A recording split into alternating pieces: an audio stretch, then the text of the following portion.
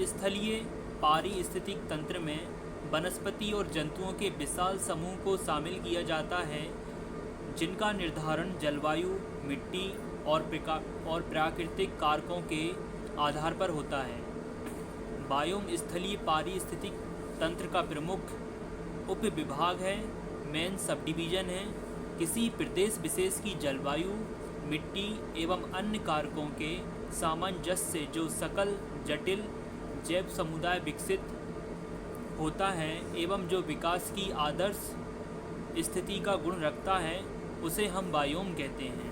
ठीक है, या उसे हम जीवोम कहते हैं। बायोम और जीवोम एक ही पर्यायवाची शब्द है आपस में। हम इसके आगे पढ़ते हैं। अब इस प्रकार बायोम में वनस्पति और जीवों के समस्त क्रियाशील समूहों को शामिल किया जाता है, लेकिन इसमें हरे पौधे के विशाल समूह के कारण इनका महत्व सर्वाधिक है।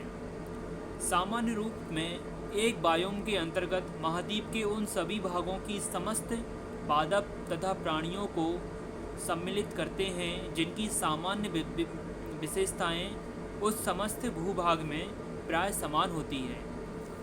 बायोम को प्रभावित करने वाले कारक कौन कौन से होते हैं, उन्हें जरा आप ध्यान से सुनिए। पहला कारक है वर्षा और मृदा जल संतुलन। दूसरा कारक है जलवायु के प्रकार तथा तापमान। और तीसरा कारक है मृदा के प्रकार। और चौथा कारक है वनस्पति की संरचना। पांचवा कारक है अक्षांशीय स्थिति। और छठवां कारक है पर्वतीय ढाल। इसके बाद जो टॉपिक आता है वो है विश्व बायोम के प्रमुख उपविभाजन। इसे इंग्लिश में हम ऐसे बोलेंगे sub division of world biomes. तो हम इसे थोड़ा पढ़ना चाहेंगे जिससे कि आपको एक रफ़ आइडिया हो जाए, आइडियोलॉजी आपके माइंड में फिट हो जाए।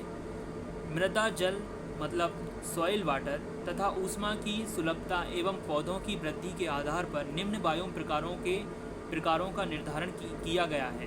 पहला है वन, दूसरा है सवाना बायोम, तीसरा है घास भूमि बायोम, चौथा है मरुस्थलीय बायोम और पांचवा है टुंड्रा बायोम।